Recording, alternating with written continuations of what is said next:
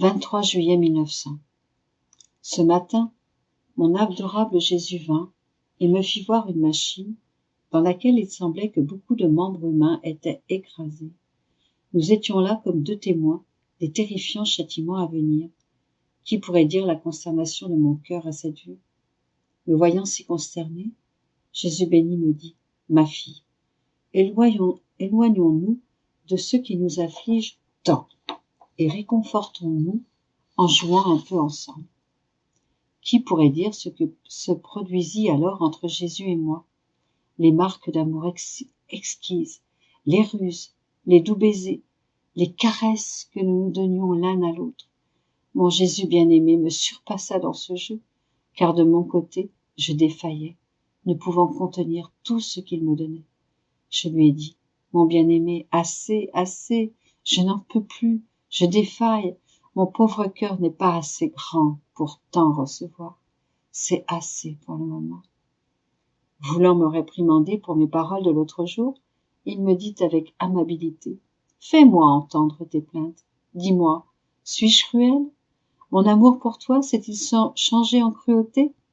Rougissante, je lui dis: non, mon Seigneur, tu n'es pas cruel quand tu viens, mais quand tu ne viens pas, c'est alors que tu es cruel. Souriant, il répondit: tu continues de dire que je suis cruel quand je ne viens pas? Non, non, il ne peut y avoir de cruauté en moi. Tout est amour en moi. Sache que si mon comportement est cruel, comme tu dis, c'est en fait l'expression d'un plus grand amour.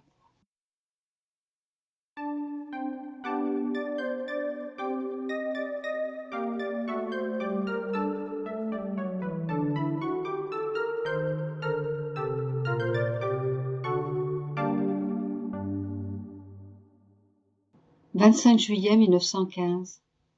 Les malheurs qui assaillent les créatures font souffrir Jésus. Il veut être soulagé par les âmes qu'il aime. Me trouvant dans mon état habituel, je me plaignais à Jésus de ses privations. Sur un ton bienveillant, il me dit: ma fille, reste à mes côtés en ces temps de si grande amertume pour mon cœur. Sanglotant, il poursuivit: ma fille, je me sens comme un pauvre malheureux. Malheureux de voir ceux qui sont blessés sur les champs de bataille, ceux qui meurent au bout de leur sang et abandonnés de tous, ceux qui meurent de faim. Je sens la souffrance des mères dont les enfants se trouvent sur le champ de bataille. Ah, tous ces malheurs me transpercent et transpercent mon cœur.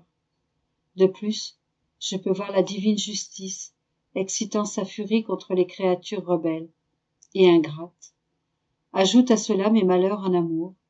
Ah, les créatures ne m'aiment pas, et mon grand amour ne reçoit en retour que des offenses. Ma fille, au milieu de tant de malheurs, je cherche du réconfort. Je veux que les âmes qui m'aiment m'entourent, qu'elles offrent leur souffrance pour me soulager, et qu'elles intercèdent pour les pauvres malheureux. Je les récompenserai quand la justice divine sera apaisée.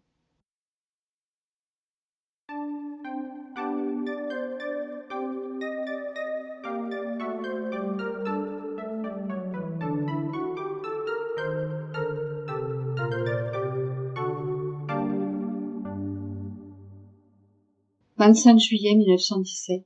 Les calamités présentes ne sont qu'un début. Jésus purifie l'âme qu'il veut admettre dans sa volonté. Poursuivant dans mon état habituel, je me plaignais à Jésus et le priais de mettre un terme à ces châtiments. Il me dit: ma fille, tu te plains? Pourtant tu n'as encore rien vu. De grands châtiments viennent, les créatures sont devenues insupportables. Sous les châtiments, elles se rebellent davantage, plutôt que de reconnaître que c'est ma main qui frappe. Il ne me reste pas d'autre cours que de les exterminer. Ainsi, je pourrai enlever toutes ces vies qui infestent la terre et tuent les générations montantes. N'attends donc pas la fin des maux, mais plutôt d'autres encore pires. Il n'y aura aucune partie de la terre qui ne sera inondée de sang. À ces mots, j'ai senti mon cœur se briser. Pour me consoler, Jésus me dit: ma fille, viens dans ma volonté pour faire ce que je fais. Tu pourras y agir pour le bien de toutes les créatures. Par la puissance de ma volonté, tu pourras les secourir à partir du sang dans lequel elles nagent et me les ramener, lavées dans leur propre sang. Je lui répliquai: ma vie, Je suis si mauvaise. Comment puis-je faire cela? Il poursuivit. Tu dois savoir que l'acte le plus sublime et le plus héroïque qu'une âme puisse accomplir est de vivre et d'agir dans ma volonté. Quand une âme décide de vivre dans ma volonté, nos deux volontés se fondent en une seule. Si l'âme est tachée, je la purifie. Si les épines de la nature humaine l'entourent, je les détruis. Si les clous du péché la transpercent, je les pulvérise. Rien de mauvais ne peut entrer dans ma volonté. Tous mes attributs investissent l'âme et changent sa faiblesse en force, son ignorance en sagesse, sa misère en richesse, etc. Chez les autres âmes, il y a toujours quelque chose qui reste de soi, mais je remplis entièrement de moi cette âme toute dépouillée d'elle-même.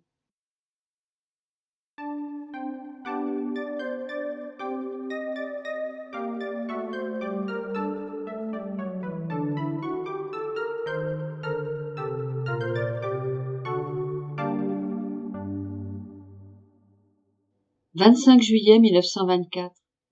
La sainteté dans la divine volonté ne résulte pas d'un seul acte. Elle est un acte continu. Ce matin, mon doux Jésus se rendit visible en moi, les bras allongés en forme de croix. Je me suis mise dans la même position que lui. Il me dit, « Ma fille, le dernier acte de ma vie a été de m'étendre sur la croix et de rester là jusqu'à ma mort, les bras ouverts, sans pouvoir bouger ou m'opposer à tout ce qu'on voulait me faire. J'étais l'image de celui qui vit, non avec sa volonté humaine, mais avec la volonté divine. Étant incapable de bouger ou de m'opposer, ayant perdu tout droit sur moi-même, je subissais la tension horrible de mes bras. Que de choses ils ont dites. Pendant que j'avais perdu mes droits, on m'a pris ma vie. Mais le droit prépondérant a été celui de la suprême volonté qui, utilisant son immensité et son omniscience, prit toutes les âmes, pécheresses ou saintes, innocentes ou mauvaises, et les plaça dans mes bras étendus, afin que je puisse les amener au ciel. Je n'en ai refusé aucune.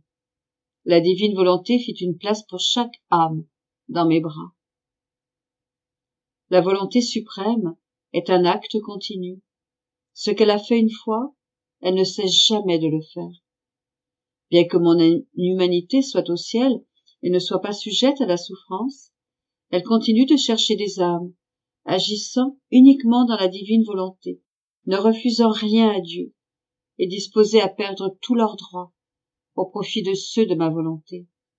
Mon humanité veut placer toutes les âmes, pécheresses ou saintes, innocentes ou mauvaises, dans les bras de ces âmes qui se prêtent à s'étendre dans ma volonté, dans le but de continuer ce que mes bras étendus sur la croix ont fait. Voilà pourquoi je suis étendue en toi, afin que la volonté suprême puisse continuer son action d'amener toutes les âmes dans mes bras. La sainteté n'est pas réalisée par un seul acte, mais par la succession de nombreux actes. Un seul acte ne forme ni la sainteté, ni la perversité. Sans la succession des actes, les vraies couleurs de la sainteté ou de la perversité sont absentes, et on ne peut juger ni de l'une, ni de l'autre. Ce qui fait briller la sainteté et en constitue le sceau est la succession de bons actes. Personne ne peut dire qu'il est riche parce qu'il possède un sou, mais seulement s'il possède beaucoup de biens, de villas, de palais, etc. La sainteté est le résultat de beaucoup de bons actes, de sacrifices, d'actes héroïques, bien qu'elle puisse connaître des périodes creuses. La sainteté dans ma volonté, quant à elle, ne connaît pas d'intermittence. Elle est associée à l'acte continu de l'éternelle volonté qui est toujours agissante, toujours triomphante, aime toujours et ne s'arrête jamais. La sainteté dans ma volonté pose dans l'âme l'empreinte de l'acte continu du Créateur, son amour continuel et la préservation continuelle de toutes les choses qu'il a créées. Le Créateur ne change jamais, il est immuable. Ce qui est sujet à changement est de la terre et non du ciel. Le changement est le lot de la volonté humaine, non de la volonté divine. Les interruptions dans le bien sont de la créature, non du Créateur. De telles interruptions ne conviendraient pas à la sainteté dans ma volonté, laquelle doit porter les caractéristiques de la sainteté du Créateur. Donc, sois attentive et laisse tous les droits à la volonté suprême, et je formerai en toi la sainteté dans ma volonté.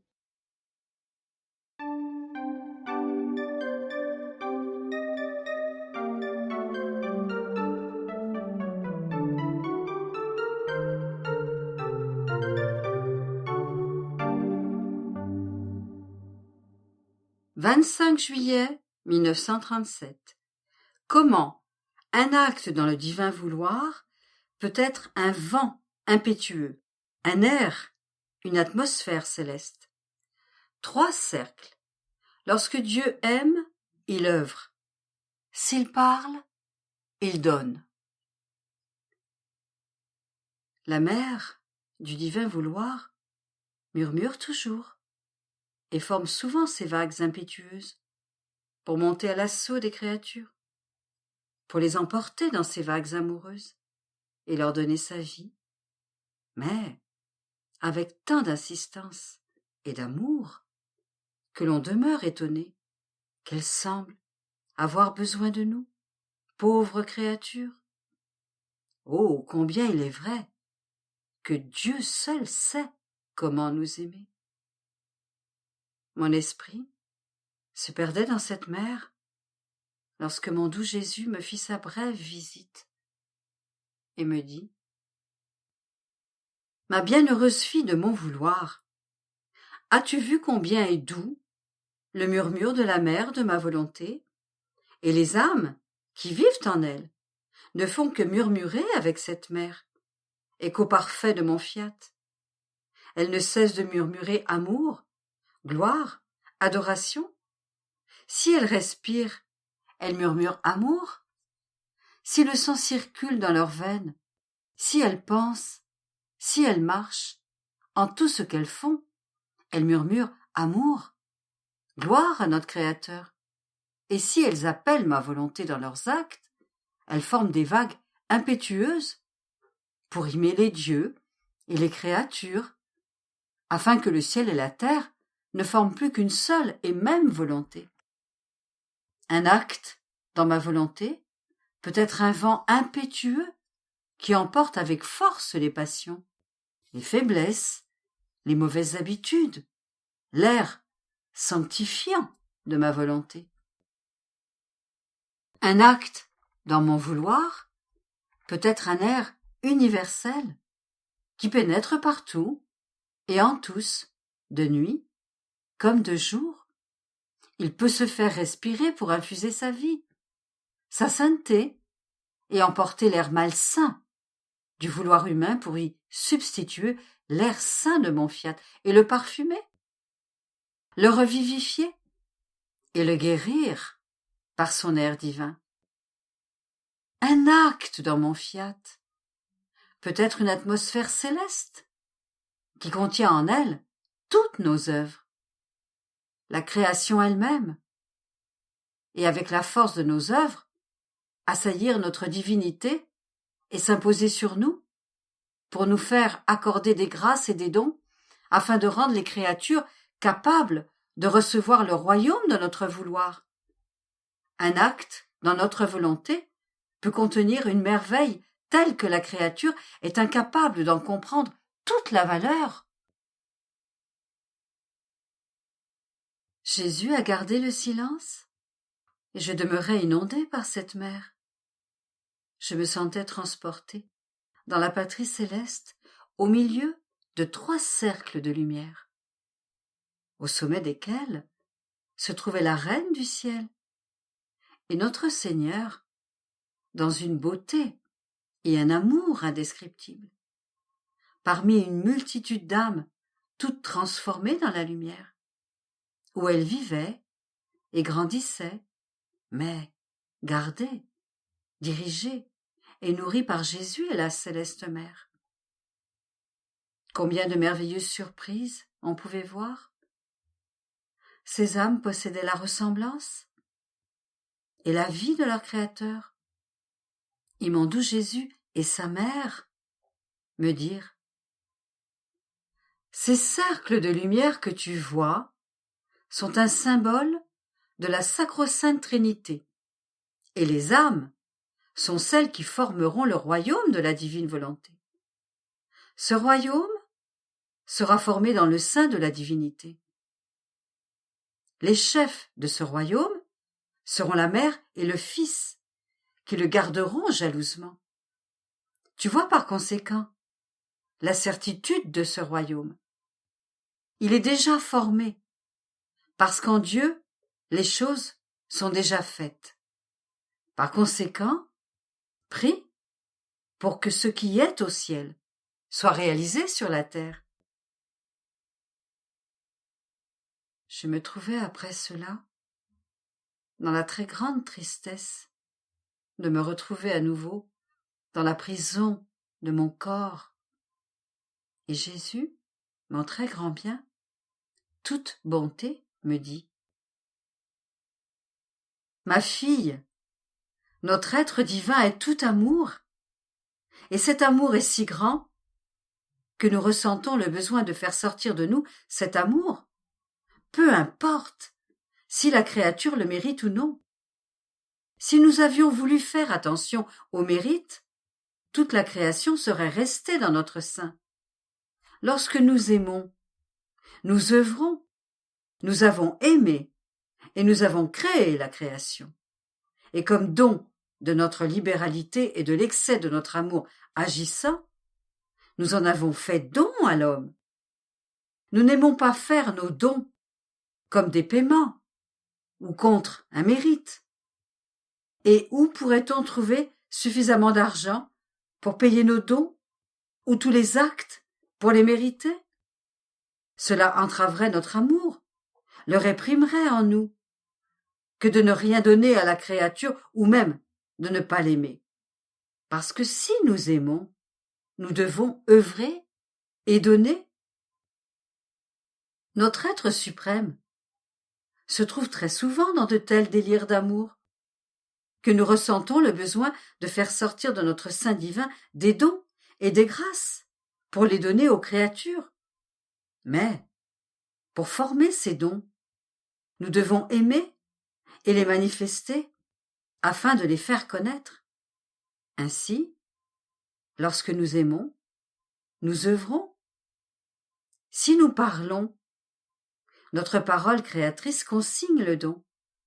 Elle le confirme et dote la créature de notre don. Notre parole est la porteuse qui nous met en condition de pouvoir nous décharger de notre amour réprimé.